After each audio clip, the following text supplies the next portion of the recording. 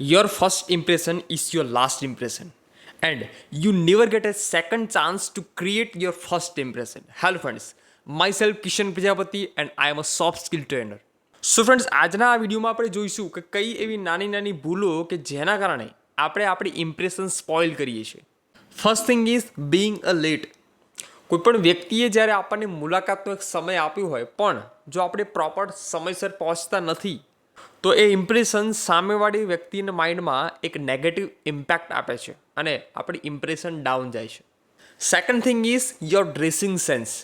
જ્યારે આપણે કોઈપણ વ્યક્તિ સાથે મુલાકાત કરીએ છીએ ત્યારે તમારો ડ્રેસ કોડ બહુ જ ઇમ્પોર્ટન્ટ છે. How to well dress your self.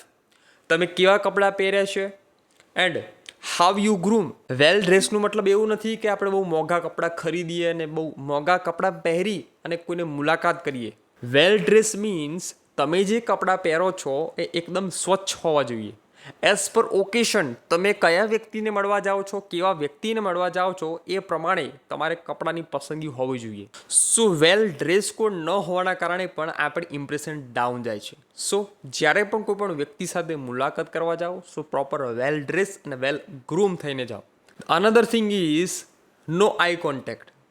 જ્યારે આપણે સામેવાળી વ્યક્તિ સાથે વાતચીત કરતા હોઈએ છીએ ત્યારે ઘણા લોકોની આદત એવી હોય છે કે ચાલુ વાત દરમિયાન ઘણા લોકો વારંવાર ફોનમાં જોતા હોય છે, મેસેજીસ જોતા હોય છે અને આ આદતના કારણે તમારી ઇમ્પ્રેશન ડાઉન જાય છે.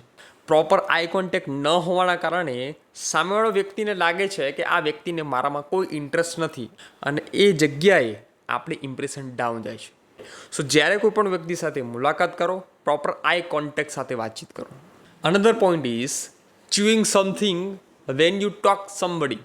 જ્યારે તમે કોઈ પણ વ્યક્તિ સાથે વાતચીત કરી રહ્યા છો ત્યારે મોઢામાં કંઈક ચાવી રહ્યા છો અને ચાવતા ચાવતા વાત કરો છો, તમે કોઈની સાથે ખાતા ખાતા વાતચીત કરો છો તો એ તમારી ઇમ્પ્રેશનને નેગેટિવ ઇમ્પેક્ટ આપે છે. Okay, it's your bad manner કે તમે વ્યક્તિ સાથે વાતચીત કરો છો બટ તમારા જે વર્ડ્સ છે એ અનક્લિયર આવે છે, તમે પ્રોપર વાતચીત નથી કરી રહ્યા. So it's down your impression. શું એક વસ્તુનું ધ્યાન રાખવું જરૂરી છે કે જ્યારે આપણે કોઈ પણ વ્યક્તિ સાથે વાતચીત કરીએ ત્યારે ચાવતા ચાવતા કે કોઈ પણ વસ્તુ ખાતા આપણે વાત કરવી નહીં, જેના કારણે આપણી ઇમ્પ્રેશન ડાઉન જાય.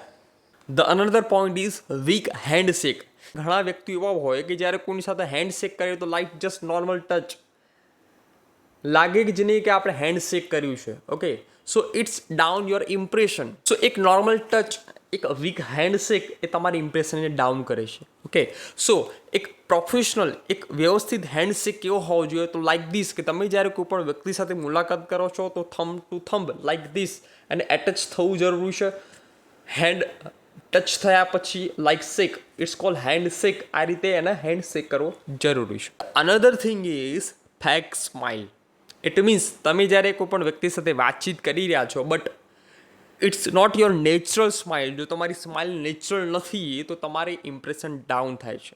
ઓકે, સો એ વ્યક્તિને તમારા ઉપર ઇન્ટરેસ્ટ નથી આવતો, તમારા ઉપર ટ્રસ્ટ નથી આવતો અને એ વાતોનું, એ કમ્યુનિકેશનનું કોઈ ઇમ્પોર્ટન્સ રહેતું નથી. સો આપણી જે સ્માઇલ છે ફેક ના હોવો જોઈએ, એકદમ નેચરલ હોવું જોઈએ. ઘણા લોકોની આદત એવી હોય છે કે વાતચીત કરતાં કરતાં ઇન્ટરપ્ટ કરતા હોય છે. સામેવાળો વ્યક્તિ કંઈક બોલી રહ્યો છે અને આપણે એને ડિસ્ટર્બ કરી રહ્યા છે આપણી વાતને પહોંચાડવા માટે. So this thing is down your impression. આ આદત એ તમારી ઇમ્પ્રેશનને ડાઉન કરે છે. સો ડોન્ટ ડૂ ધેટ. જ્યારે પણ કોઈ પણ વ્યક્તિ સાથે વાતચીત કરો છો તો સામેવાળા વ્યક્તિને પ્રોપર સાંભળો, સમજો અને પછી રિપ્લાય કરો. The next point is slow volume, slow speech.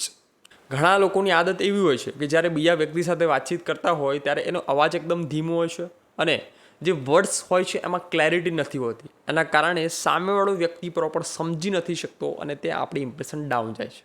ઘણા લોકોની આદત એવી હોય કે એ વ્યક્તિનું નામ પૂછ્યા પછી એન્ડ ઓફ ધ કન્વર્ઝેશન એ વ્યક્તિનું નામ ભૂલી જતા હોય છે અને એને નામ સાથે કંઈક વાતચીત કરવી હોય છતાં પણ એ નામ યાદ નથી આવતું અને એના કારણે એની ઇમ્પ્રેશન ક્યાંક ડાઉન જાય છે.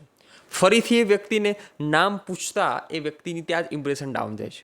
સો ફ્રેન્ડ્સ, આ નાની નાની વસ્તુને આપણે ધ્યાનમાં રાખીશું અને જ્યારે પણ કોઈ પણ વ્યક્તિ સાથે મુલાકાત કરીએ સો એને ઇગ્નોર ન કરતા ઇમ્પ્રેશનના ઇમ્પોર્ટન્સને સમજીશું અને આપણી પર્સનાલિટીને ઇમ્પ્રૂવ કરીશું. આઈ હોપ આ વિડીયો તમને ગમ્યો હશે. સો આ વિડીયો તમને ગમ્યો હોય તો લાઈક કરો, શેર કરો, અને આ વાતોમાંથી તમને કઈ વાત સારી લાગી એ કમેન્ટ જરૂરથી કરજો. I hope you are doing વેલ. મળીશું નેક્સ્ટ વિડીયોમાં એક નવા લર્નિંગ સાથે અને એક નવી એનર્જી સાથે. ધન્યવાદ.